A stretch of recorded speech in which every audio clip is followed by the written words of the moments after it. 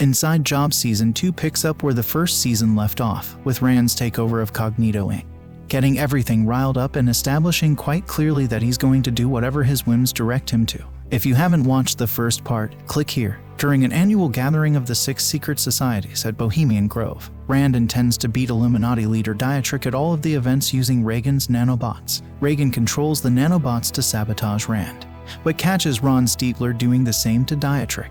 The two fought, but were arrested by a security guard. They then escaped their cell. While hiding from the other guards, the two vent their frustrations about their respective companies before having sex, inadvertently causing Rand and Dietrich to kiss and making both of their companies win the activities, much to Rand and Dietrich's embarrassment and annoyance. Rand, jealous of Tomiko's new relationship with Keanu Reeves, tries to make a movie. He has Brett track down Leonardo DiCaprio, who fails but ends up bonding with DiCaprio's actor friends. Rand takes a youth serum from Andre, which regresses him into a baby as the filming continues. In the end, Rand eventually returned to normal, but the movie was a disaster.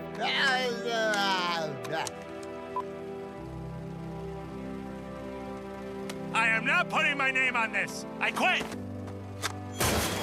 Rand became increasingly paranoid, trying to find the one that had been defecating on his desk. He eventually found a hole in the wall leading to the hiding place of J.R. Shampo, who had escaped from Shadow Prison X after J.R. revealed the robotic surveillance bugs spying for the Shadow Board. Rand allowed J.R. to return to Cognito as an intern, much to J.R.'s dismay. After successfully getting Congress to pass an act requiring all divorcees to go on an annual date, Rand tries to win Tomiko back by projecting Paris in the holodeck. He then sends Alpha Beta disguised as him using the same holographic technology as Tomiko with poetry because he realized he was striking out in certain areas of romance. He then sees his ex-wife kissing Alpha Beta via surveillance after the robot won her over. In a fit of jealous rage, a fight ensued. Tomiko left the scene after seeing that Rand hadn't changed a bit. Rand was still convinced that as long as he was head of Cognito Inc., he still had a chance to get back together with Tomiko, but just then the Shadow Board contacted him to review his performance as CEO. Having nothing left to lose, Rand dug up Project Reboot to create a timeline where he was still married to Tomiko and Reagan didn't resent him. But the more he kept using the machine, the more chaos transpired with all the random changes and anomalies caused by the machine.